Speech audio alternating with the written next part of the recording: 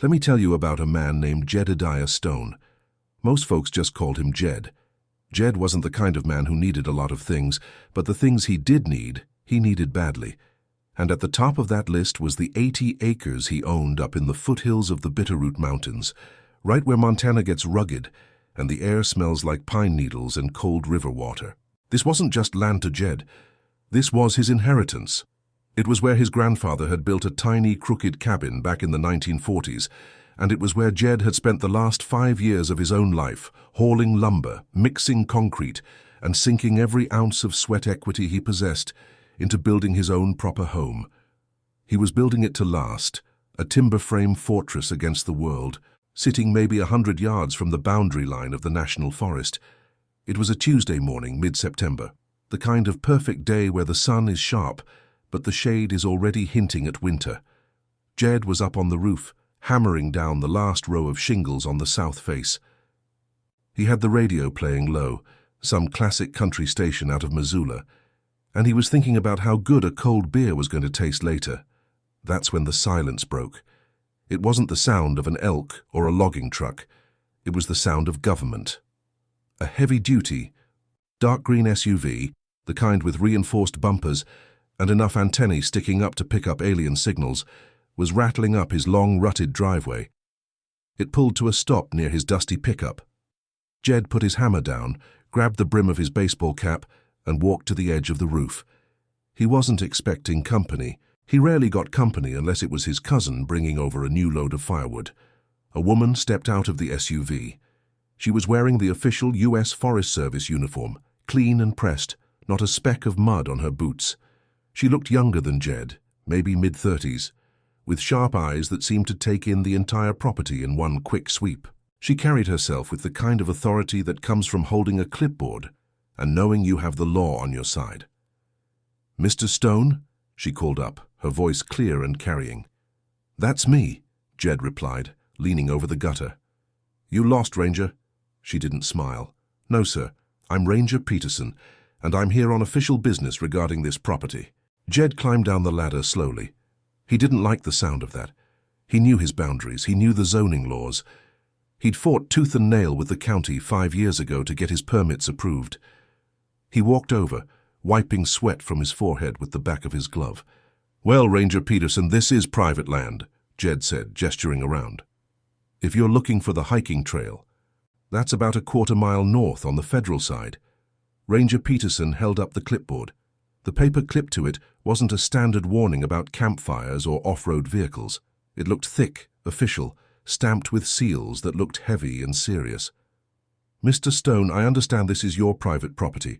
However, effective immediately, the U.S. Forest Service, in cooperation with the Environmental Protection Agency, is issuing an emergency evacuation and closure order for these 80 acres. Jed felt the blood drain from his face. He actually laughed, a short, sharp sound that held no humor at all. "An evacuation order? Are you kidding me? What the hell for? There's no fire, no flood, and I haven't seen a grizzly bear this far down the slope in months." Ranger Peterson's expression didn't change. She was a wall of bureaucracy. "The order is non-negotiable, Mr. Stone. It is effective immediately within the next 3 hours. You must vacate the premises." 3 hours? This is my home. I built this. Jed felt the heat rising in his neck. "You can't just kick me off my own land because the government decides it needs a new parking lot." "This is not about property acquisition, sir," she corrected, her voice low and even. "This is about public safety, and more specifically, addressing an unforeseen and immediate environmental hazard discovered beneath this parcel." "Hazard?" Jed leaned in. He looked around his pristine yard. The only hazards he saw were the piles of rough-cut lumber he needed to stack. "What hazard? Show me. I've been living here for 5 years, drinking well water that tastes cleaner than anything out of a bottle. What are you talking about?" Peterson hesitated just slightly, which Jed noticed. It was the first crack in her official demeanor. "The specifics are classified pending further investigation," she stated, reverting quickly to script. "What I can tell you is that specialized sensors detected anomalous subsurface activity originating from your property. This activity poses an unacceptable risk of contamination to the local aquifer and the adjacent national forest ecosystem. Contamination? What kind of contamination? Jed demanded. He was starting to get genuinely scared now, not just angry. His mind raced. Old mining waste. A hidden spring turning toxic. But his land had been clean for generations. We cannot disclose the precise nature of the substance at this time, Peterson repeated, her gaze fixed over his shoulder toward the tree line. The order cites a federal mandate under Title 42, Section 9606, giving us the authority to remove all personnel from the affected zone to prevent exposure. She held out the clipboard, offering him a copy of the order. Jed didn't take it. He just stared at the page, seeing the dense legal language, the underlined threats of fines and incarceration if he resisted. "Lady, you listen to me," Jed said, his voice dropping to a gravelly rumble. "My family has owned this land since 1952. My grandfather homesteaded part of it. There is nothing buried here that shouldn't be here. You're making a mistake." "We are not making a mistake, Mr. Stone," Peterson countered, her tone hardening. "We have high-resolution imaging that confirms a large, non-natural structure buried approximately 60 feet beneath your main clearing. We don't know what it is. But the readings we are getting are erratic enough to warrant this immediate action. We believe the integrity of the structure may be compromised." "A structure? 60 feet down." Jed looked from the ranger to the ground beneath his feet. He had dug his well right there, 100 feet deep, and never hit anything but granite and clean water. "If you move peacefully, we will assist you in gathering essential items, clothing, medication, important documents," Ranger Peterson continued, taking a step back. "If you resist, we are authorized to use the full force necessary to secure the perimeter."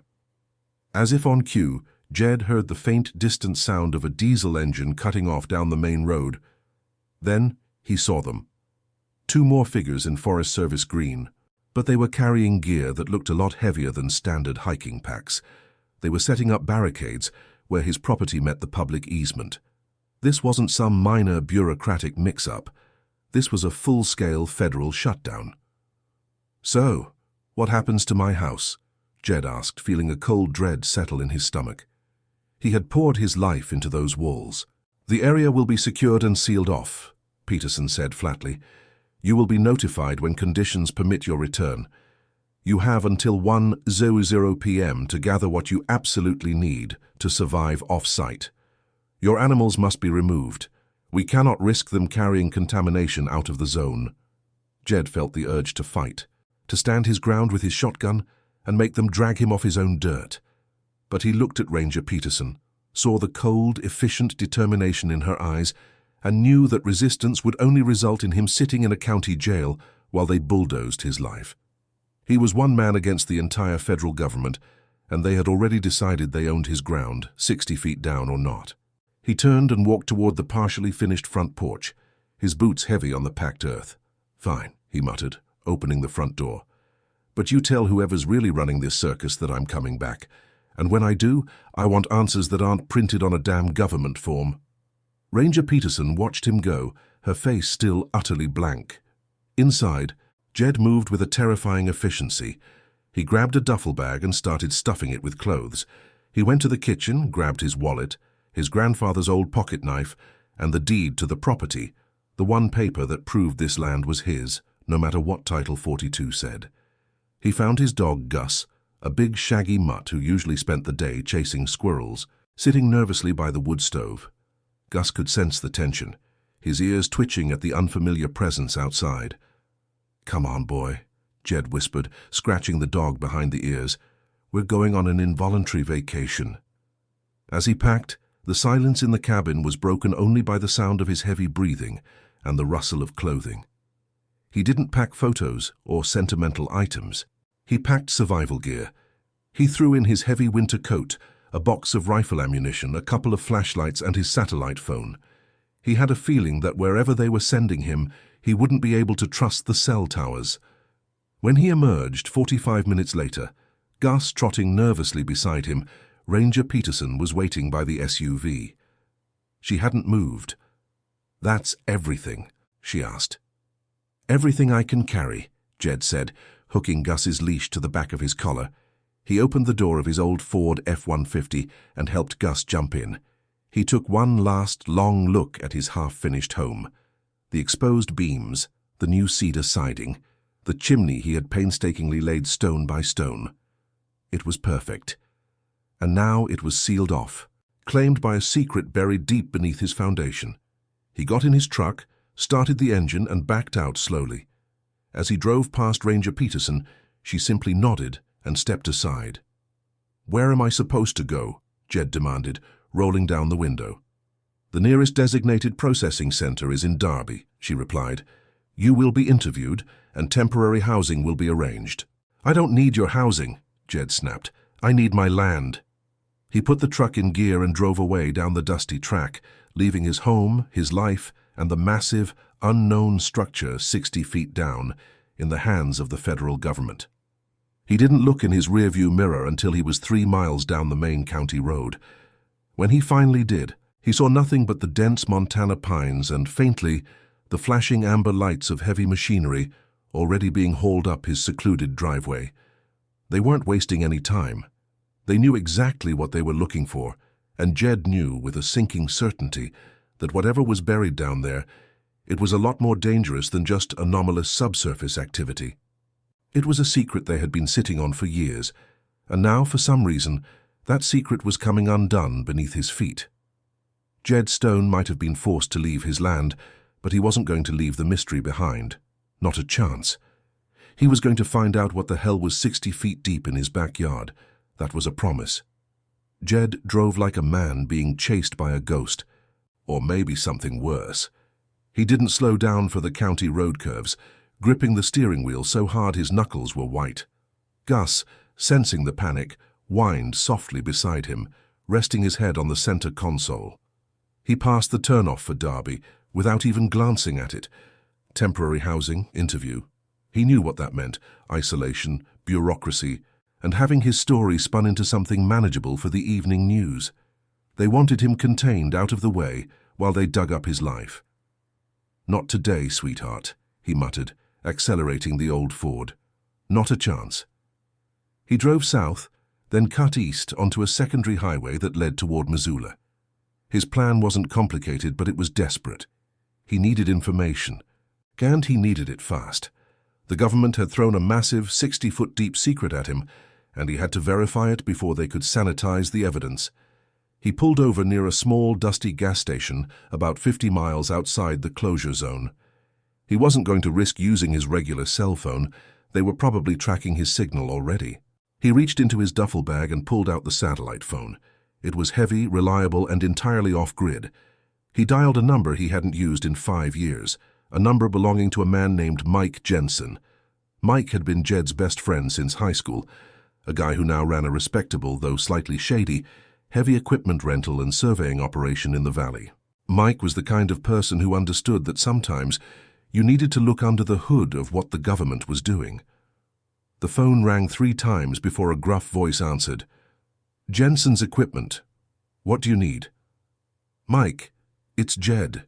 Jed Stone." There was a pause on the line, the kind of pause that meant the person on the other end was doing a rapid calculation. "Jed, where the hell are you? I heard something on the scanner. Forest Service locking down some land up Bitterroot Way. That wasn't you, was it?" "It was me, Mike," Jed said, keeping his voice low. "They kicked me off. Federal order, EPA and the Forest Service. They said it was an environmental hazard." "Hazard? Like what, a meth lab?" Mike sounded incredulous. "No. They said they found a structure, something big buried 60 feet under my main clearing, non-natural, and they think it's leaking something." Mike whistled, a low, long sound. 60 feet. That's serious depth, Jed. You sure they aren't just trying to seize the land for some park expansion? I wish, Mike, they had armed guys setting up barricades within an hour. They are moving heavy equipment in right now. They're terrified of whatever this thing is. I need to know what they know. I need to see it. How you gonna see something 60 feet down, buddy? You gonna rent a backhoe?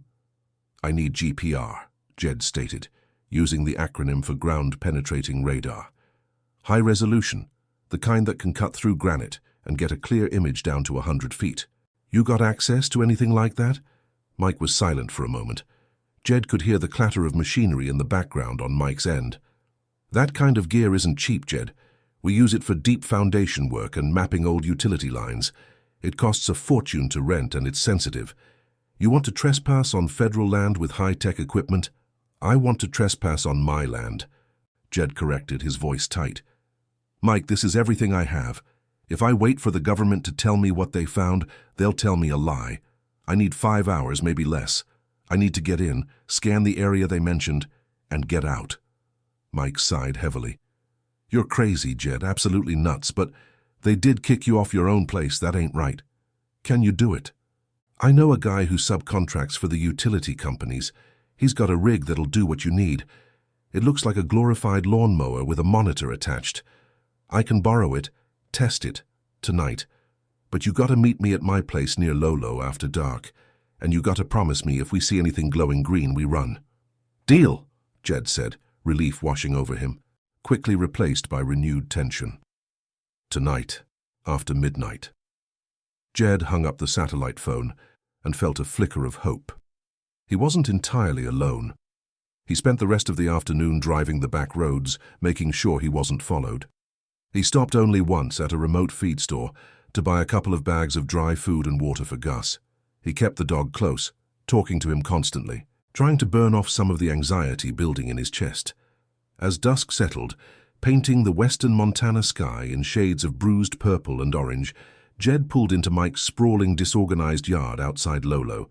Mike's place was a chaos of rusting trailers, stacked lumber, and half-repaired bulldozers, the perfect camouflage for a clandestine operation. Mike was waiting in the garage, a huge man with a permanent layer of dust on his jeans. Beside him sat the GPR unit. It was indeed a cart, about the size of a small wheelbarrow, with a thick antenna-like sensor array underneath and a sealed, weatherproof monitor mounted on the handle. "Welcome to the James Bond portion of our friendship," Mike grumbled, wiping grease off his hands. "This is the GeoView 3000. It's supposed to map out bedrock for new utility trenches. It'll cut 60 feet easy, maybe deeper if the soil isn't too wet. Thanks, Mike. How much do I owe you for the trouble?" "Save your money. You're going to need a lawyer more than a new friend. Just tell me what we're looking at. If this is some old moonshiner's cache, I'm taking half. If it was moonshine, I'd be celebrating," Jed said grimly. "They mentioned Title 42 and contamination. That's serious, Mike. That's EPA, Superfund serious." They worked quickly, loading the GPR unit into the back of Jed's truck, covering it with an old tarp. Mike, surprisingly, insisted on coming along. "You think I'm going to let you go wandering around a federal biohazard site by yourself?" Mike scoffed. "Besides, I know how to run this thing, and you're too twitchy right now to read the screen right. We go in together, we come out together." The drive back toward Jed's property was tense. They kept off the main roads, bouncing along logging tracks and old Forest Service trails that Jed knew by heart. He parked the truck nearly 2 miles from his cabin, deep within the National Forest boundary, where the terrain became too rough for any standard surveillance vehicle. "We hike from here," Jed whispered, pulling on a dark jacket. "We stick to the creek bed. It'll mask our sound." The air was sharp and cold under a sliver of moon. The forest at night was a maze of shadows, but Jed moved through it effortlessly. Mike, heavier and less accustomed to night hiking, struggled to keep up, dragging the GPR cart behind him. When they were about a quarter-mile from the property line, Jed stopped abruptly and raised a hand. "Listen." The usual silence of the Bitterroot wilderness was broken. They could hear the low thrum of diesel generators and the occasional crackle of a radio transmission. The Forest Service was definitely there, and they were working. They crept to the edge of Jed's property, hiding behind a thick stand of fir trees. Down the slope, Jed saw his clearing illuminated by harsh, temporary floodlights. The scene was unrecognizable. The driveway was blocked by a massive military-style barrier, complete with razor wire. 2 large construction trailers, the kind used for on-site offices, had been hauled in. Uniformed personnel, not just Forest Service green, but also men in dark, unmarked jackets, patrolled the perimeter. And then there was the equipment. In the center of his clearing, right where his front yard used to be, a giant drilling rig had been erected. It was massive, towering over the scaffolding they had built around it, its heavy components glinting under the floodlights. They weren't just investigating. They were preparing to bore a hole straight down. "Holy hell," Mike breathed, his voice barely audible. "They brought in a full rotary rig. That's for deep extraction, Jed. We're talking serious infrastructure work." "They knew exactly what they were looking for," Jed confirmed, the realization hitting him like a physical blow. They weren't surprised by this. They were waiting for it to show up on their sensors. Jed pointed toward the back of his house, which was still standing but now looked small and fragile next to the drilling operation. "We need to get the sensor head right about here," he whispered, tracing a line on the ground with his finger. "About 20 yards from the foundation, where the clearing is widest. That's where Peterson said the readings were coming from." Getting past the perimeter was the hardest part. Jed led Mike along the boundary line, crawling on their bellies through dense undergrowth until they reached the edge closest to the national forest. The government presence was concentrated near the driveway and the drilling site, leaving the far tree line relatively unguarded. They slipped across the boundary, the wheels of the GPR cart making barely a sound on the soft pine needles. Every shadow was a threat, every crunching step a potential alarm. Jed could smell the diesel fumes and the faint, unsettling scent of ozone in the cool night air. They reached the designated spot, a small flat area slightly uphill from the main drilling rig. Jed dropped to his knees, pulling the heavy top off the GPR unit. "You run the machine," Jed instructed Mike, his heart hammering against his ribs. "I'll watch the lines. Give me the deepest, clearest scan you can get." Mike nodded, his professional focus kicking in despite the adrenaline. He powered up the GeoView 3000. The screen flickered to life, showing a complex interface of depth readings and calibration controls. "Okay," Mike mumbled, adjusting the gain. "I'm setting it for maximum penetration, 120 feet. This is going to read rock, water, and anything that's not natural soil structure. Let's see what Uncle Sam is hiding." Mike started to move the cart slowly, pushing the GPR sensor array across the ground in a meticulous grid pattern. Jed knelt beside him, his eyes scanning the tree line, his shotgun resting across his lap. The monitor displayed a scrolling image of the subsurface layers. The first 20 feet showed disturbed earth and rocky subsoil, normal for his region. Then came the solid granite layer, the bedrock Jed knew well from digging his well. The line on the screen was thick and consistent. Mike pushed the cart further, covering the critical zone. The granite continued, unbroken, down to about 55 feet. Then, at precisely 61 feet, the image changed violently. The solid, continuous line of bedrock suddenly disappeared, replaced by a massive geometric anomaly. It was a clear rectangular shape, stretching far beyond the edges of their scan. It was too regular, too defined to be a natural cave or a mineral deposit. It was a structure, just as Ranger Peterson had claimed. "Holy God," Mike whispered, staring at the screen, his mouth hanging open. "She wasn't lying, it's down there, it's huge." Jed leaned in, ignoring the sweat stinging his eyes. The shape wasn't just a box, it had internal structure. The GPR was picking up dense, perhaps metallic walls and reinforcing ribs. It looked like the cross-section of an underground bunker or a massive vault. "Can you get any clarity on the material?" Jed demanded. Mike adjusted the frequency, trying to penetrate the structure itself. "It's dense, Jed. Really dense. It's bouncing the signal back like crazy, but wait a minute." Mike zoomed in on the top edge of the structure, the point where it met the natural granite. The image was grainy, but undeniable. The structure wasn't pristine. "Jed, look here." Mike pointed a gloved finger at the screen. "See this spot right on the upper left corner? That's not a solid return. It looks like corrosion or a break. The material integrity is compromised." That confirmed the second part of the ranger's warning. The structure was failing. But then Mike adjusted the color coding on the screen, setting the GPR to look for specific density signatures, signatures that might indicate unusual substances inside the vault. As the colors shifted, a new pattern emerged from within the massive rectangular shape. It wasn't the uniform gray of concrete or steel. It was a chaotic, speckled return that radiated out from several points within the structure. Mike stared at the screen, his face pale in the harsh glow of the monitor. He knew heavy construction. He knew rock and dirt. This was something else entirely. "What is that, Mike?" Jed asked, his voice low and tight. Mike shook his head slowly, his eyes glued to the display. "I don't know the exact signature, but I know what dense, non-natural contamination looks like on a rig like this. This isn't water, Jed. This isn't gas. Whatever they buried in this thing, it's radiating some kind of extreme density or highly volatile molecular structure.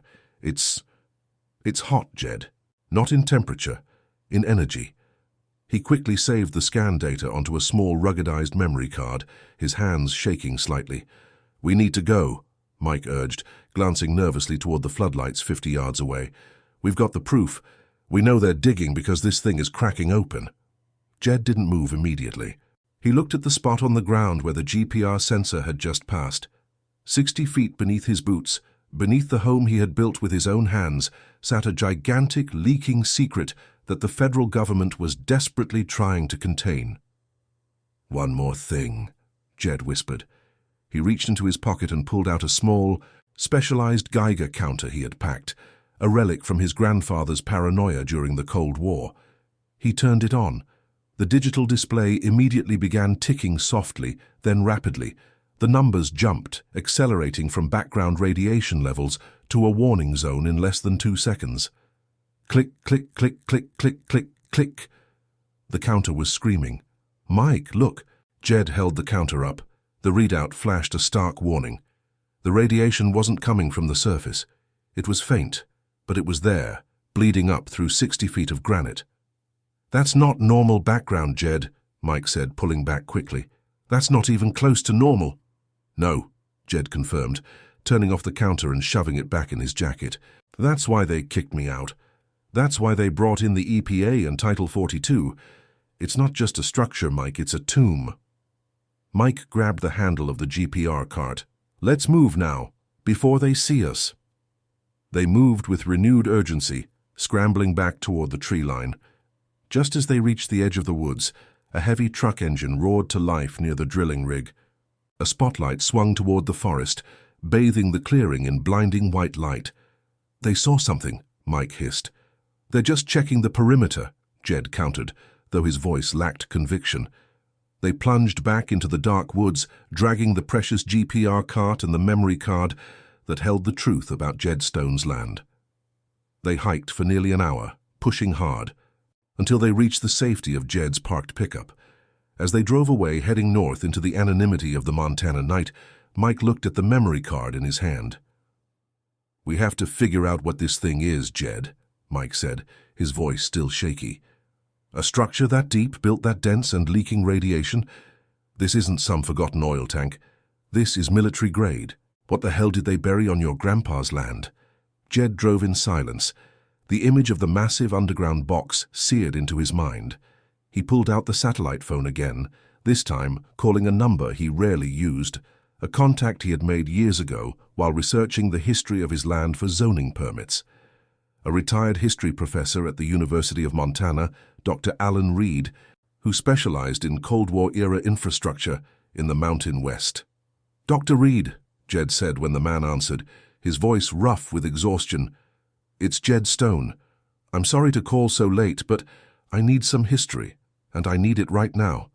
I need to know everything you know about classified federal projects in the Bitterroot Valley, specifically anything built underground between 1950 and 1970. Jed didn't wait for a response. He had the image of the failing vault, the screaming Geiger counter, and the realization that his property was sitting on a massive radioactive time bomb. "And Dr. Reed," Jed added, pulling over to finally let Gus stretch his legs in a field far from the contamination zone. "I need you to look for anything involving the Atomic Energy Commission, anything at all."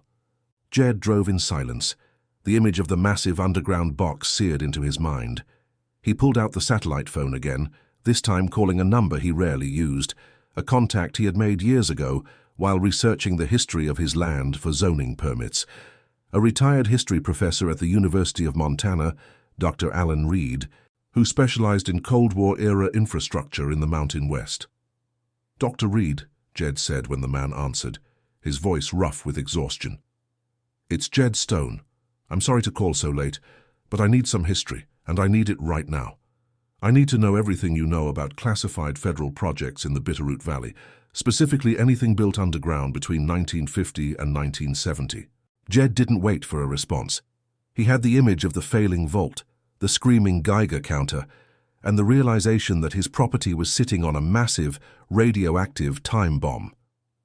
"And Dr. Reed," Jed added, pulling over to finally let Gus stretch his legs in a field, far from the contamination zone. "I need you to look for anything involving the Atomic Energy Commission, anything at all." He hung up, the silence of the empty field feeling heavy and dangerous. Mike, who had been nervously watching the rearview mirror for any sign of a green SUV, finally spoke. "The Atomic Energy Commission, Jed. You really think we're talking about nuclear waste?" Jed opened the glove box and pulled out the small, heavy Geiger counter. He set it on the dashboard. The ticking had dropped back down to a low occasional click, normal background radiation. "We were 50 feet away from the thing, Mike," Jed said, his voice flat. "And that little machine sounded like a rattlesnake. That structure is leaking radiation. And when the government uses Title 42 and brings in the EPA for unforeseen environmental hazards, they aren't talking about old tires. They're talking about something they tried to bury and forget." They drove to Mike's place near Lolo again, needing a secure, if messy, place to wait.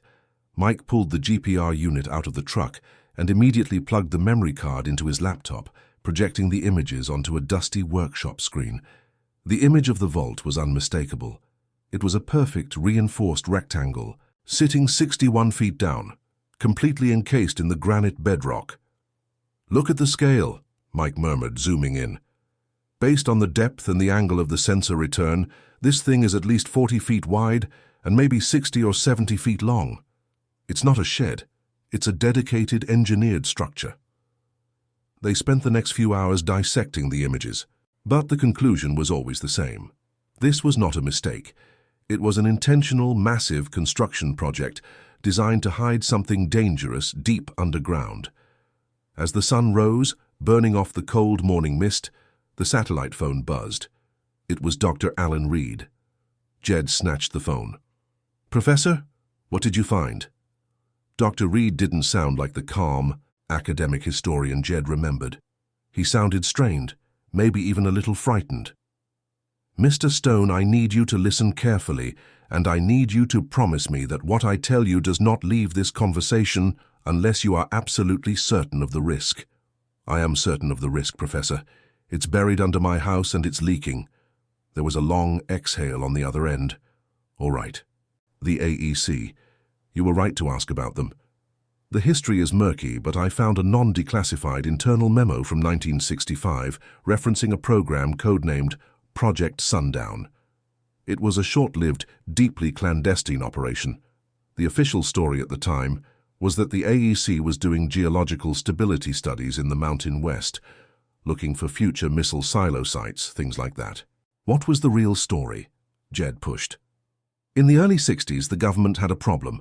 They were producing a lot of low-level radioactive waste, mostly contaminated tools, laboratory materials, protective gear, from research facilities, but they didn't have established centralized disposal sites yet. They needed temporary secure storage, fast, especially near potential fallout zones. The idea was to create small, highly reinforced bunkers in remote areas, known for stable, deep granite formations. They believed the granite would hold for a minimum of 50 years, giving them time to figure out a permanent solution. Jed felt a cold knot tighten in his stomach, and one of those bunkers was on my land. The memo doesn't name your exact parcel, Mr. Stone, but it references a site in the Bitterroot foothills, specifically noting its proximity to the national forest boundary and the high density of the underlying bedrock at 60 feet, Dr. Reed explained. The description is too specific to be a coincidence. They didn't buy the land outright. They paid off the property owner, your grandfather, I presume, in a lump sum, a very large one, for a long-term geological easement. They had him sign non-disclosure agreements that would have made him terrified to talk about it. Jed slumped against the wall of the workshop, the phone heavy in his hand. His grandfather. A good man, a hard-working man. But the 1960s were lean years in the Bitterroots. If the government showed up with a briefcase full of cash and a stack of official papers, telling him they were just digging a big hole, and he couldn't talk about it. "My grandfather never said a word," Jed whispered. "He called it his lucky break. He never spent the money easily. He just built the cabin and lived quietly." "He probably lived in fear, Mr. Stone, Doctor," Reed corrected gently. "They didn't just bury waste, they buried the truth. The memo mentions that the structures were reinforced lead and concrete vaults, designed for 50 years. 50 years, Jed. That takes us right up to now." And the government knows this, Jed realized. They aren't discovering an anomaly. They knew the containment was due to fail. They were just waiting for the sensors to confirm it. "Exactly," Dr. Reed confirmed. "The shifting earth, the natural erosion, whatever it is, the geological stability they banked on 30 years ago is clearly failing. The structure is compromised, and the waste is beginning to interact with the groundwater. They are in full damage control mode. They don't want a Superfund site in the middle of a national forest, especially one tied to a Cold War project." Jed looked at the GPR image again.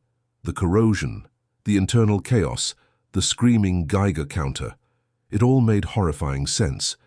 His inheritance wasn't 80 acres of pristine Montana wilderness. It was a Cold War septic tank. "Thank you, Professor," Jed said, his voice now steel. "You've given me everything I need." He ended the call and tossed the satellite phone onto the table. Mike was staring at the screen, then at Jed, his face a mixture of shock and anger. "Low-level waste," Mike repeated slowly. "That stuff still kills you, Jed. It contaminates the land, the water, everything. They just left a ticking time bomb under your foundation." "They didn't just leave it." "Mike," Jed corrected. "They are actively trying to cover up the fact that it's failing right now. If they can get in there, reseal the breach, and maybe remove the most active material without anyone noticing, they save billions and avoid a catastrophic PR nightmare." "So what's the move?" Mike asked, rubbing his tired eyes. "A lawyer? You can sue the pants off the federal government. But that'll take 10 years and you'll be dead before you see a dime or your land back." Jed walked over to the workbench and picked up the deed to his property, the paper that had felt so essential just yesterday. Now it felt like a sick joke. "They control the narrative, Mike. Ranger Peterson had her script. The EPA will issue their press release saying they contained a minor, non-hazardous leak from an old utility line. We can't fight them in court because they'll bury us in secrecy and paperwork." He crumpled the deed slightly, then smoothed it out. "We don't go to court. We go public. We force their hand. We show the world what they buried on my land." Mike looked skeptical. "Public? Who are you going to call?" "The Missoula Gazette. They'll run a 1-inch story that gets swallowed by the county fair schedule." "Not just anyone," Jed said, his mind racing, fueled by adrenaline and righteous fury. "We need a bulldog, someone who loves tearing apart the government, someone who's cynical enough to believe us right away, and respected enough that when they publish, the national media pays attention." Mike thought for a moment, then snapped his fingers. "I know a guy, Gary Voss. Used to be a reporter for the Spokesman Review in Spokane. Now he runs a hard-hitting investigative blog and podcast out of Missoula. He's obsessive, borderline paranoid, and he's been looking for a major federal scandal to break his career wide open. He hates the Forest Service and loves deep-dive environmental stories." "Call him," Jed ordered.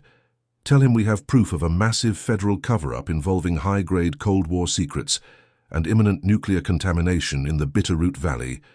Tell him we have the images and the testimony. Tell him we meet today." Mike was already dialing. The air in the workshop suddenly felt charged with purpose. They were no longer just two guys trying to save a piece of land. They were about to blow the lid off a 50-year-old government secret. Gary Voss was exactly as Mike had described, thin, wired, wearing a perpetually rumpled sports coat and carrying a notepad that looked like it had been through a paper shredder. They met at a greasy diner outside Missoula, far from any surveillance. Jed didn't waste time on pleasantries. He ordered black coffee, pulled the memory card out of his jacket, and slid it across the sticky table. "Before you say anything, look at this," Jed instructed. Gary Voss, the seasoned skeptic, raised an eyebrow, but plugged the card into his own small, rugged laptop. He was quiet for a long time as he scrolled through the high-resolution GPR images. He saw the clear, geometric structure sitting 60 feet down. He saw the signs of corrosion and the dense, chaotic interior returns. Then Jed pulled out the Geiger counter, turned it on, and placed it next to the laptop.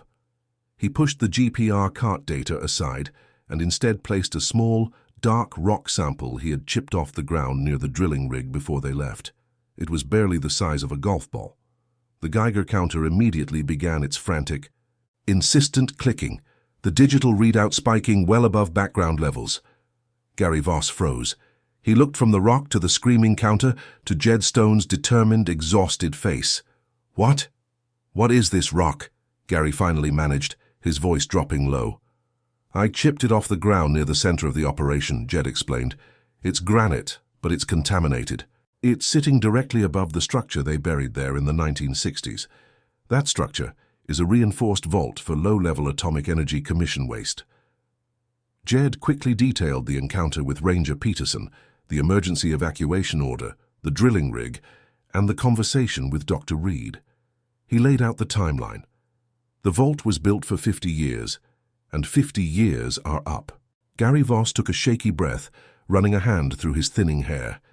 His skepticism hadn't vanished, but it was being rapidly replaced by professional hunger. This was the story he had been dreaming of. "AEC waste," Gary muttered, scribbling furiously in his notepad. "A forgotten nuclear dump in the Bitterroots, and they are trying to cover it up right now on your private land. They are trying to reseal it before the contamination hits the aquifer and flows into the Clark Fork River," Jed emphasized. "If they succeed, they erase the evidence, and I lose my home forever, replaced by a secret, sealed tomb." Gary leaned back, his eyes glittering. "Mr. Stone, this is explosive. This isn't just a local environmental hazard. This is a failure of Cold War infrastructure that affects water supplies for hundreds of thousands of people. But I need more than GPR images and a high reading on a little box." "What more?"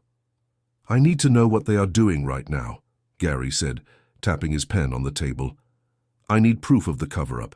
If I publish this, the government will deny everything, call you a disgruntled landowner, and say the GPR image is fake. They will discredit everything we have unless we can catch them in the act." Jed nodded slowly. He had anticipated this. Exposing the truth meant forcing a confrontation. "I need to get back in," Jed stated. "I need visual evidence of the structure, or at least visual evidence of the severity of their operation." "They brought in a rotary drilling rig," Mike said. "They are planning a massive intervention. If we can get footage of the sheer scale of the operation, coupled with this evidence, they can't dismiss it." "You can't go back," Mike protested immediately. "They've got armed guards, Jed. It's federal land now, whether you own the deed or not. You'll be arrested before you get within a mile of the perimeter."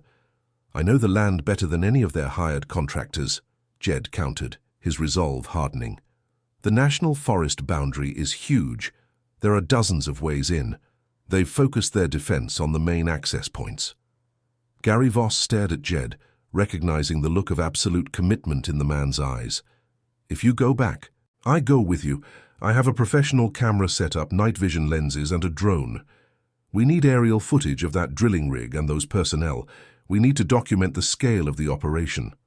"A drone?" Mike asked, instantly intrigued. "Yes," Gary confirmed. "It's risky. But if we can fly a drone over the site and get video of a military-grade drilling operation on what they claim is a minor utility issue, that's our smoking gun." The plan was audacious, bordering on suicidal, but Jed saw no other path. They couldn't wait. Every hour they waited was an hour the federal government spent closer to sealing the vault and burying the secret forever. "We go tonight," Jed decided. "We drive separate vehicles. We meet at the same spot we parked last time, 2 miles down the logging road. Mike, you stay here. You keep the GPR data and the Geiger counter safe. If we don't check in by sunrise, you publish everything. Send it to every major news outlet and watchdog group you can think of." Mike looked miserable, but he nodded. "You got it. But Jed, be careful. If they catch you, they won't just fine you. They'll disappear you into a black site for interfering with national security." "They already took my home, Mike," Jed said, standing up. What else do I have to lose? The forest was even colder and darker than the night before. Jed and Gary moved silently through the dense undergrowth. Jed carried his rifle, not for defense against the government, but against the possibility of a territorial bear or mountain lion. Gary carried his backpack, heavy with camera equipment, and the small, high-powered drone. They reached the vantage point overlooking Jed's clearing. The floodlights were still blazing, and the hum of the generators was louder, closer. The drilling rig was now actively operating. A massive steel column slowly turning as it bored deeper into the earth. They're working fast, Jed observed, crouching low behind a thicket of pines. They must be terrified of rain or shifting ground. Gary pulled out a pair of military-grade binoculars with night vision. He adjusted the focus on the clearing. Look at the personnel, Gary whispered. Those aren't Forest Service guys, Jed.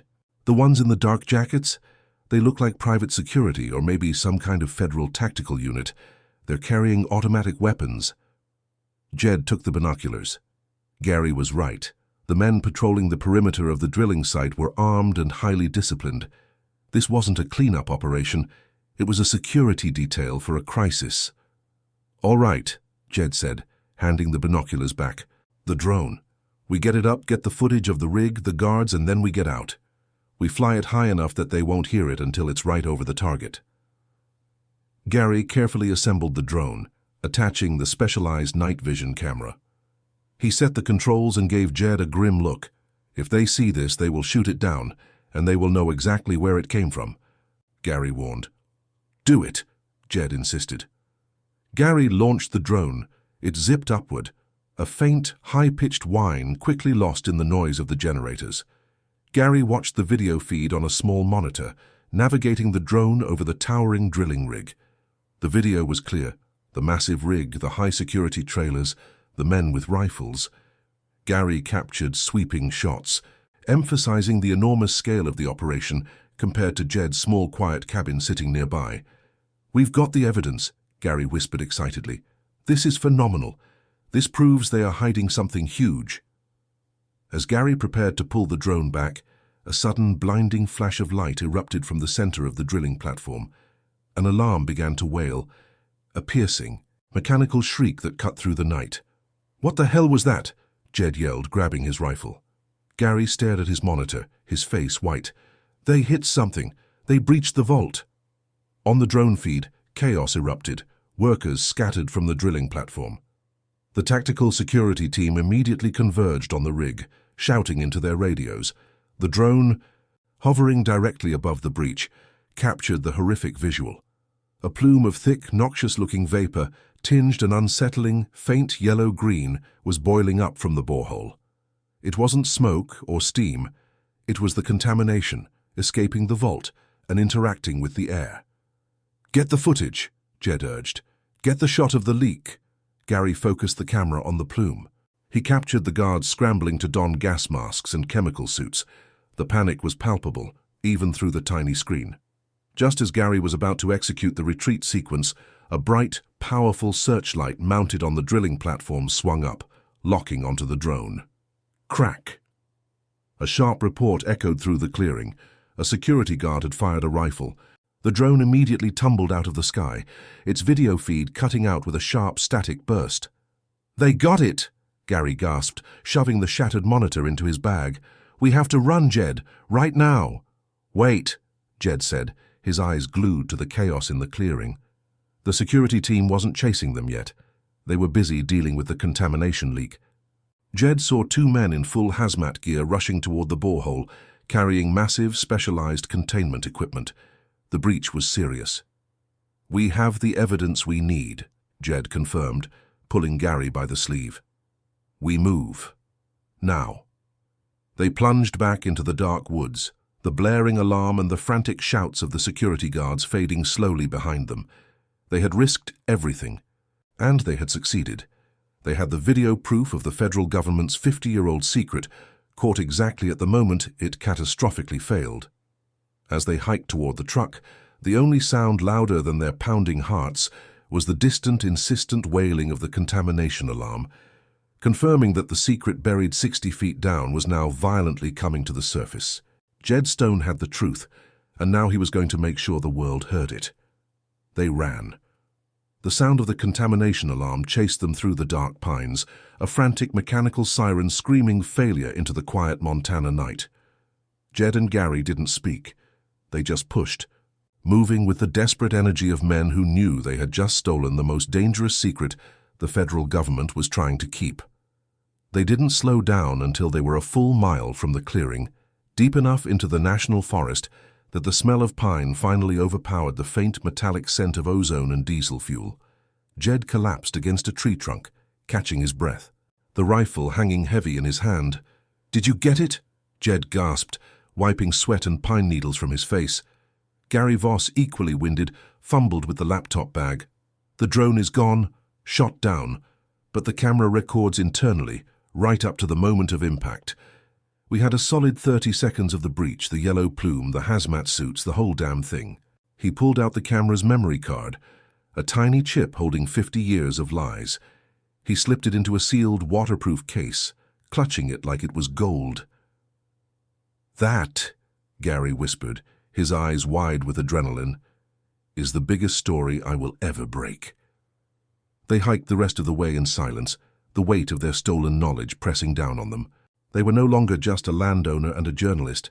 They were fugitives holding the detonator to a massive scandal. When they finally reached Jed's pickup, Mike was waiting, pacing nervously beside his own battered service truck. Gus, the dog, whined in relief when he saw Jed pushing his wet nose into his owner's hand. "What was that noise?" Mike demanded, his voice tight. "It sounded like World War III broke out up there." "It was the vault," Jed said simply, climbing into the passenger seat. "They drilled into it. It's leaking.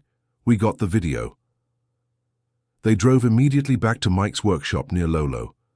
As the first hint of grey dawn appeared over the peaks, they gathered around Mike's large monitor, the GPR image of the massive, failing box at 61 feet, the screaming Geiger counter, and now the raw, shaky drone footage. Gary plugged the camera card into his laptop and played the video. The footage started with the massive rotary drill, slow and steady. Then the sudden, brilliant flash, the wail of the alarm, and the sickening plume of yellow-green vapor erupting from the borehole. The camera held steady just long enough to capture the tactical team scrambling, pulling on chemical protection gear. Mike stared, utterly speechless. His face was pale, reflecting the eerie light of the monitor. "That's not low-level lab waste," Mike finally said, his voice barely a rasp. "That's volatile. That's why they brought the hazmat guys. That vault is pressurized, or the contents reacted violently when exposed to the air." "It doesn't matter what the exact chemical composition is," Gary declared, his eyes burning with focus. "It's a catastrophic failure of a secret government nuclear waste dump on private property right next to a major river system. The AEC, Cold War secrets, contamination, and a massive cover-up attempt. This is everything." Gary didn't wait. He was a man possessed. He started writing, pounding the keys of his laptop with brutal efficiency. "I'm running this on my blog first. The Bitterroot Watchdog," Gary explained, typing a headline that screamed, "Catastrophic failure. Feds breach secret Cold War. Nuke dump beneath Montana man's home. I'll embed the GPR images and the raw video file. Then, I'm sending the link to every single major news desk in the country. We go live in 1 hour." Jed looked at the clock. 6:30 a.m. The sun was just rising over the Bitterroots. "When this hits, they are going to come for you, Jed," Mike warned, resting a hand on Jed's shoulder. "They know the drone was shot down. They know they were filmed. They'll be tracing every vehicle that left the area, checking every camera on every road." "I know," Jed said, his gaze fixed on the screen. "I'm the source, I'm the liability, but they can't arrest the truth." "You need to disappear," Gary advised, pausing his typing only for a second. "I'm posting this from a secure remote server. Once it's out, I'll be fine. I'm a journalist. You, Jed, are an interfering civilian who trespassed on an EPA security zone." Jed nodded. The plan was already forming. He wasn't going to run far. He was going to blend back into the rugged wilderness that had always been his sanctuary. At 7:30 a.m., Gary Voss pressed publish. The silence in the workshop was deafening for about 3 minutes. Then, Gary's phone started ringing, not his regular cell, but the dedicated burner phone he used for breaking news. "It's the Missoulian," Gary whispered, answering the call. "Yeah, I'm the source. Check the video. No, I'm not kidding. It's AEC waste." Within 20 minutes, the local media chaos had begun. The Missoulian ran the story instantly online. By 8:30 a.m., the story had jumped the state line. Gary's laptop was flashing with emails from the New York Times, the Associated Press, and multiple national news networks. "It's working, Jed," Gary said, his voice thick with excitement and fear. "It's viral. The video of the yellow plume. That's what's doing it. People are terrified." Jed felt a surge of cold satisfaction. He had forced their hand. But the government's response was swift and brutal. At 9:00 a.m., the Forest Service issued a press release that was immediately carried by every major wire service. The language was meticulously crafted. The U.S. Forest Service and EPA confirm an ongoing, contained environmental remediation effort in the Bitterroot National Forest area. This operation addresses an isolated, non-hazardous breach of an unmarked 1960s-era municipal utility storage unit. Claims of nuclear waste or catastrophic failure are false, irresponsible fear-mongering designed to impede a critical public safety operation. The individual responsible for disseminating this false information is a private citizen, Mr. Jedediah Stone, who illegally trespassed onto a sealed federal zone and is wanted for questioning regarding obstruction of justice and theft of government property, the drone. They hadn't even bothered to deny the structure existed. They just downplayed the contents and turned Jed into the villain. "They're calling it a utility storage unit," Mike scoffed, pacing the workshop floor. "Their utility storage unit that requires hazmat teams and armed guards. Give me a break." "They are controlling the language," Jed said grimly. "They're trying to buy time to reseal that vault before anyone can get close enough to take a real sample." The situation escalated quickly. By noon, the local news was showing live footage of Jed's driveway, now completely choked with federal vehicles and manned by men in full tactical gear, not just Forest Service uniforms.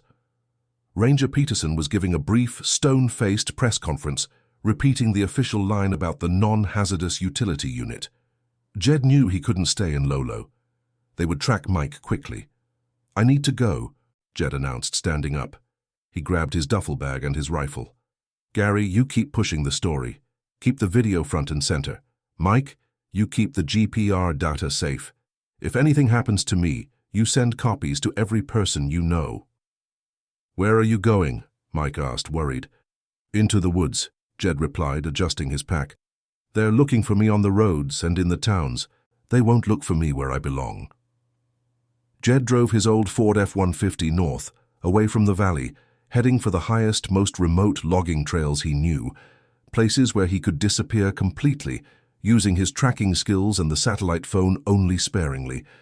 He found refuge in a tiny, dilapidated hunting cabin, owned by a distant cousin, 20 miles deep into the wilderness, accessible only by a four-wheel drive track that hadn't been maintained in a decade. For the next 3 days, Jed lived like a ghost, listening to the world burn around his secret via the satellite radio and occasional coded calls to Gary Voss. The story was global. Project Sundown had become shorthand for government secrecy and environmental betrayal. Politicians were demanding answers. Senators from Montana and Idaho were raising hell, furious that their constituents were drinking water potentially contaminated by a Cold War relic. The pressure on the EPA and the Forest Service was immense. They couldn't maintain the utility unit lie much longer, especially after independent geological experts, reviewing Gary's published GPR data, confirmed the structure was engineered for containment, not for pipes or cables. On the 4th day, the official narrative shifted slightly. Jed heard the news report crackling through his tiny radio speaker. The Environmental Protection Agency has released a revised statement regarding the containment structure in the Bitterroot region. Officials now confirm the unit was used for the temporary storage of low-level, non-weaponized industrial radiological waste during the 1960s and 70s. The EPA asserts that the material poses minimal risk to the public and that the containment breach has been successfully stabilized. They reiterate that the primary threat remains the unauthorized interference by Mr. Jedediah Stone, whose actions endangered the response team and the public safety effort. "Minimal risk," Jed scoffed, looking at the Geiger counter he had sitting on the rough-hewn table. They were still lying, but they were retreating. They had admitted the truth about the radiological waste. Jed called Gary immediately, using a coded phrase to ensure the journalist knew it was him. "The admission is huge." "Jed," Gary said, his voice buzzing with professional triumph. "But they are still trying to control the story. They are saying the breach is contained, which is a lie, and they are saying the material is minimal risk, which is almost certainly a lie. The whole point of Project Sundown was to hide the mess, not document it. They are stabilizing the site to save their careers," Jed stated. "They don't care about the land. They care about the headline disappearing." "Exactly," Gary agreed. "But here's the problem, Jed. They are using the contained narrative to justify sealing off the area permanently. They've established a 5-mile exclusion zone around your property. They are bringing in more concrete and heavy earth-moving equipment. They are going to bury the evidence under a Superfund site designation and call it solved." Jed felt a cold fury rising. They were going to steal his land permanently, turn his home into a radioactive monument to their failure, and then pretend they were the heroes. "I need to know what they are doing with the waste," Jed said. "Are they removing it or just covering it up?" "They claim they are preparing for phased removal, but the speed they are moving at suggests otherwise," Gary reported. "They are pouring massive amounts of high-density sealant into the borehole right now. They are trying to plug the leak and seal the vault in place. They want to turn that whole parcel into an eternal tomb." Jed looked out the window at the deep wild forest. He had to act quickly. If they poured enough concrete, the truth would be sealed away forever and his land would be worthless. "I need you to do one more thing, Gary," Jed instructed.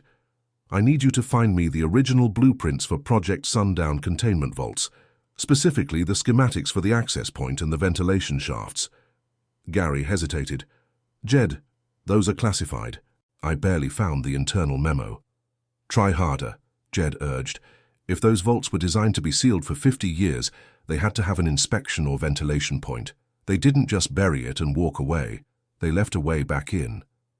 Gary agreed to try, but warned Jed that the government was actively monitoring all communication channels related to the story.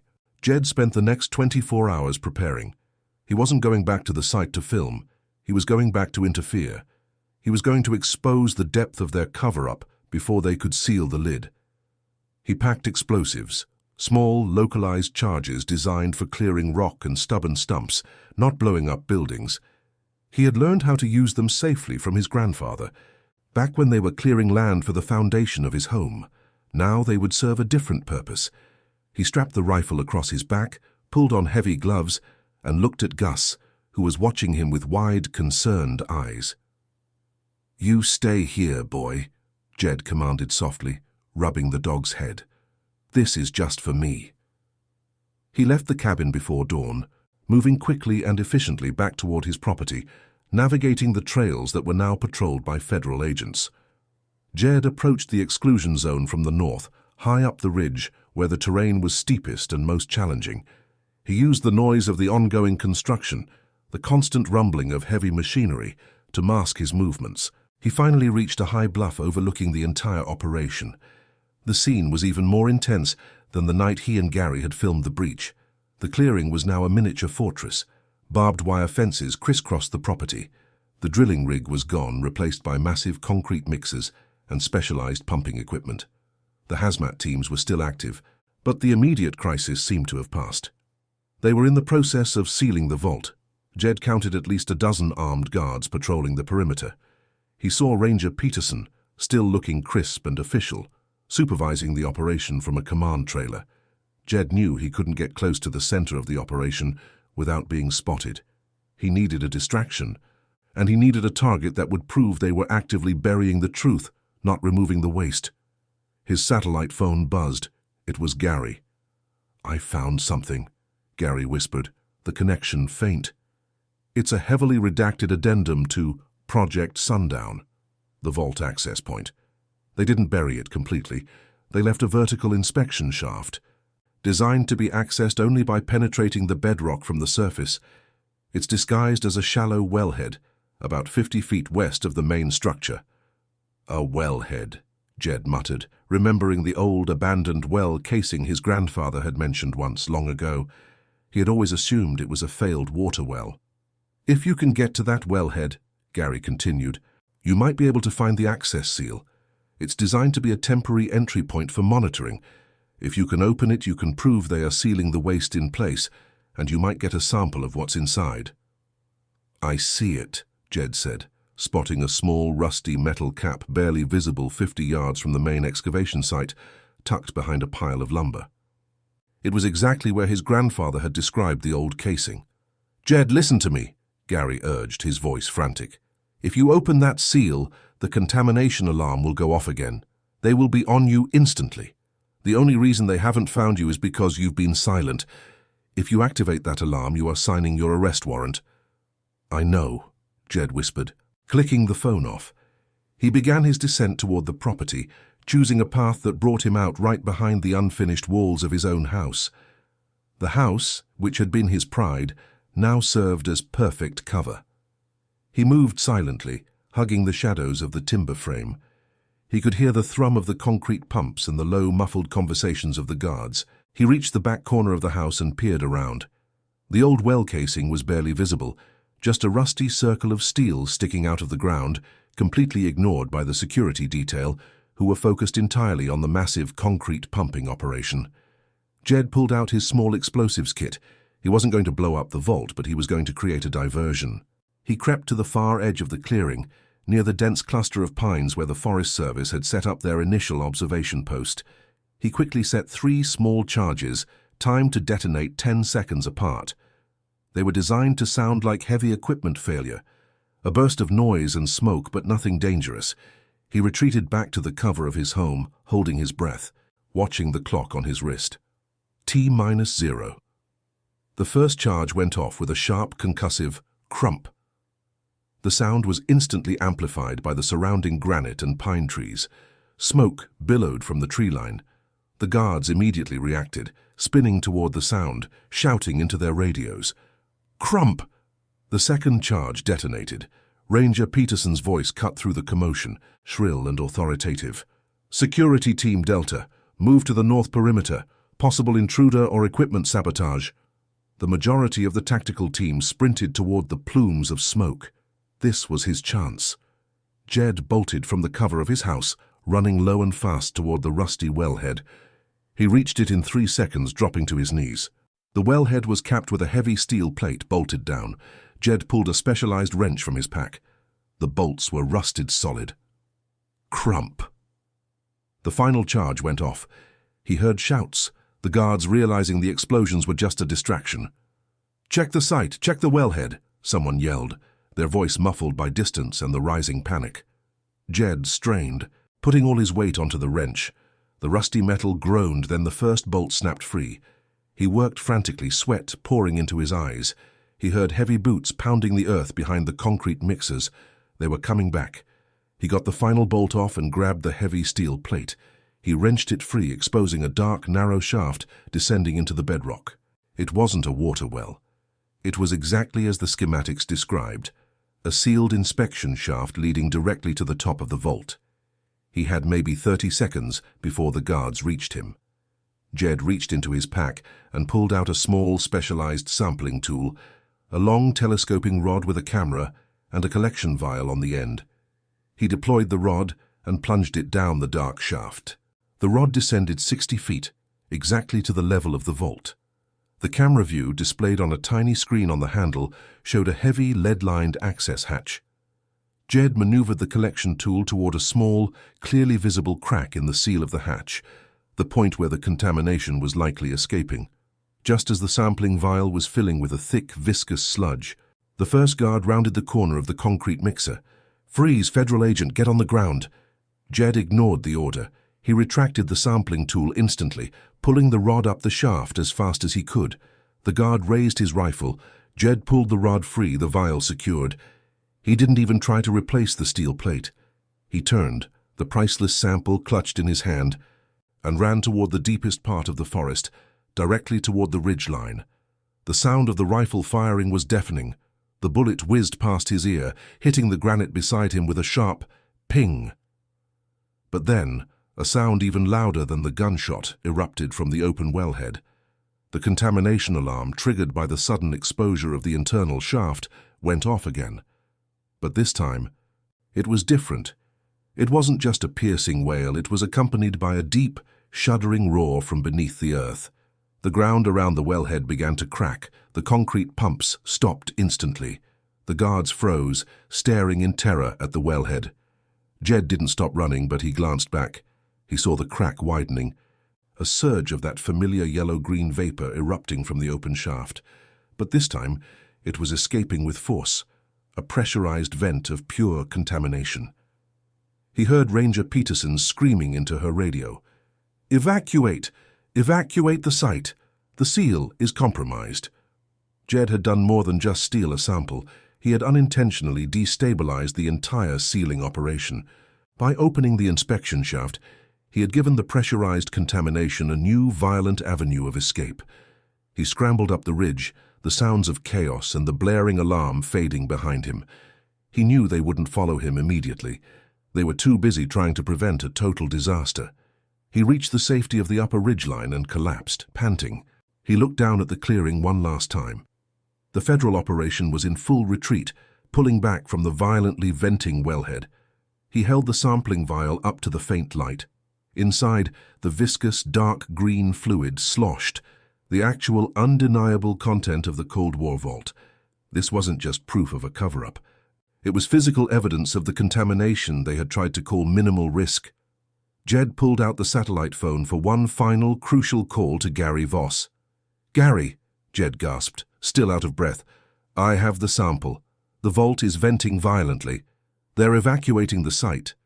I need you to find a certified lab immediately and tell them you have a sample of AEC waste from the Bitterroot site. I'm coming to you." He hung up. The game was over. He had the proof, and the government was in full, panicked retreat. The secret buried 60 feet down was finally violently on the surface.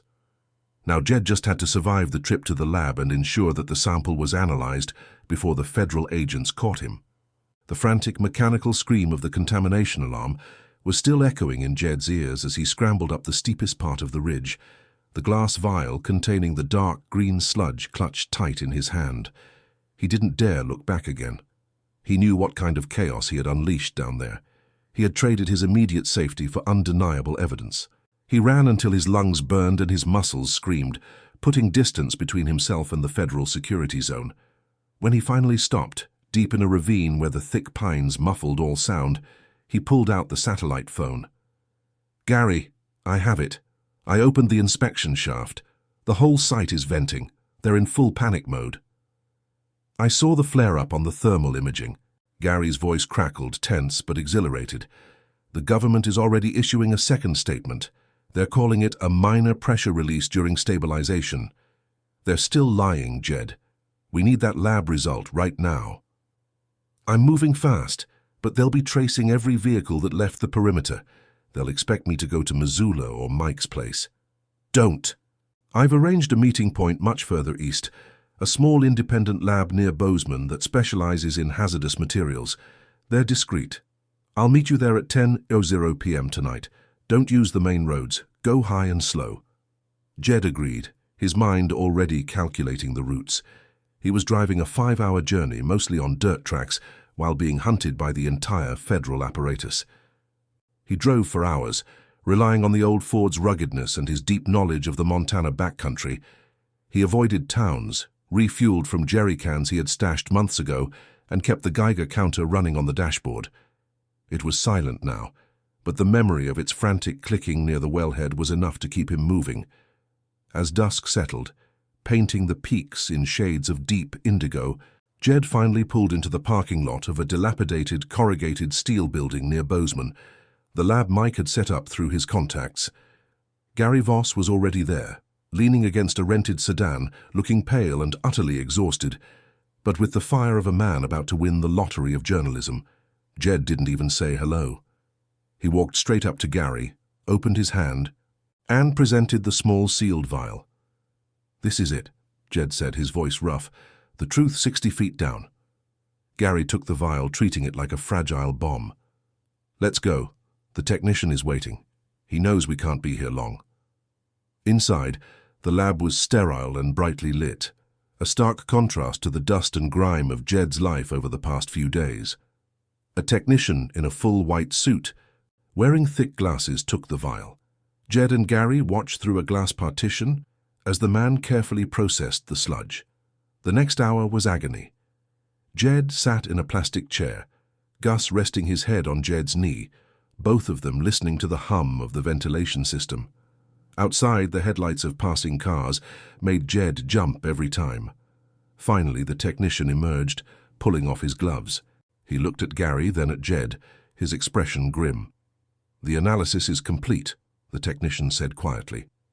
"I ran the full spectral analysis. Mr. Stone, this is highly concentrated radiological waste. We detected high levels of cesium-137 and strontium-90. This is not low-level industrial waste or utility storage. This is material from reactor core byproducts, poorly shielded, and highly volatile. The half-life is 30 years. It's exactly the kind of stuff they would have been desperately trying to bury out of sight in the 60s. He pushed a printed report across the table. "The concentration levels indicate that if this material reaches the Bitterroot River aquifer, the contamination will be severe and long-lasting." Jed felt a cold wave of vindication wash over him, quickly followed by horror. He hadn't just saved his land, he had potentially saved a massive river system. Gary snatched the report. "This is it, the proof. They didn't just lie, they downplayed a potential environmental catastrophe." Gary didn't wait for morning. He drove immediately to a secure satellite uplink center he had access to, while Jed and Mike, who had joined them, drove a separate decoy vehicle. At 3:00 a.m. Eastern Time, Gary Voss published the final devastating piece. Lab results. Confirm Bitterroot Vault contains high-grade nuclear waste, not utility material. He included the full certified lab report, the GPR images and the video of the violent breach. The impact was instantaneous and absolute. When the national news cycles woke up, the story wasn't about a minor leak. It was about the government burying nuclear waste in a populated area and actively lying about the danger. The reaction was a political earthquake. By mid-morning, the Secretary of the Interior was testifying before Congress. The EPA director was forced to resign. Ranger Peterson, the face of the initial rigid denial, was placed on immediate administrative leave. The official story, the one about a non-hazardous utility unit, was dead. The government was forced to admit the existence of Project Sundown and the true nature of the vault. They couldn't deny the lab results, not when they were certified by an independent third party and corroborated by the undeniable footage of the breach. Jed Stone, the angry, resourceful Montana landowner, was no longer a fugitive wanted for obstruction. He was a national hero, the whistleblower who had risked everything to expose a 50-year-old atomic secret. The warrant for his arrest vanished, replaced by requests for interviews from every major news network. Jed, however, remained in hiding, communicating only with Gary, who acted as his spokesperson and shield. The political pressure forced immediate action. The EPA and the AEC, now the Department of Energy, were compelled to halt the concrete sealing operation.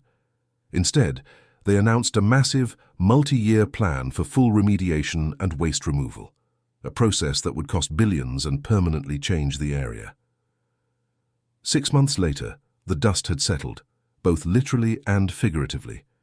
The 80 acres of Jed Stone's land was officially designated a federal Superfund site, surrounded by triple fencing and managed by a permanent remediation crew wearing hazmat gear. The land was permanently taken by the government, deemed too contaminated to ever be safely returned to private use. It was a tough pill for Jed to swallow. He had lost his inheritance, the home he had built with his own 2 hands. But he hadn't lost the fight. Jed, represented by a team of high-powered environmental lawyers who took the case pro bono, successfully sued the federal government. The settlement was massive, historic even, compensating him not only for the value of the land and the loss of his home, but for punitive damages related to the government's negligence, deceit, and the deliberate endangerment of his life and the ecosystem. Jed Stone walked away from the ordeal a wealthy man, but wealth wasn't what he cared about. He cared about the land. He used a small portion of the settlement to establish a foundation dedicated to environmental monitoring in the Bitterroot Valley, ensuring that the government kept its promises regarding the remediation. He made sure Gary Voss was funded to continue his investigative work indefinitely. As for Jed himself, he didn't stay famous long. He hated the cameras and the attention. He took the bulk of his money and, with Mike's help, bought a sprawling, undeveloped piece of acreage far to the north, near the Canadian border. It was cleaner, wilder, and even more remote than his old place. One perfect, sunny afternoon, exactly a year after Ranger Peterson first drove up his driveway, Jed stood on a new foundation pad, setting the first timber beam for his new home. The air smelled of clean cedar and glacial cold. Gus, old and happy, watched him from a sunny spot nearby. Mike was there, helping him frame the first wall. "You know, Jed," Mike said, wiping sweat from his brow, looking at the pristine mountains surrounding them, "this is beautiful. But you ever miss the old place?" Jed paused, running his hand over the rough-cut timber. He thought of the sound of the Geiger counter screaming, the blinding terror of the breach, and the cold, bureaucratic face of Ranger Peterson. "I miss the idea of it," Jed admitted. "I miss my grandpa's ghost. But you know what I learned, Mike? That land was never really mine. It was a secret waiting to explode, a time bomb. They sold my family a lie, 60 feet deep." He swung his hammer, driving the nail home with a decisive, ringing sound. "This land, though," Jed continued, smiling slightly, looking out over the wide, clean valley. "This land is mine. I know what's buried here. Nothing but good intentions and hard work. And this time, if the government tries to take it, they'll have to deal with the whole country watching." Jed Stone had lost his home, but in doing so, he had uncovered a truth that was far bigger than 80 acres. He had stood up to the silent, secret power of the government and won. And that, he figured, was a legacy worth more than any plot of land in Montana. He picked up his hammer, ready to build a home that was truly free.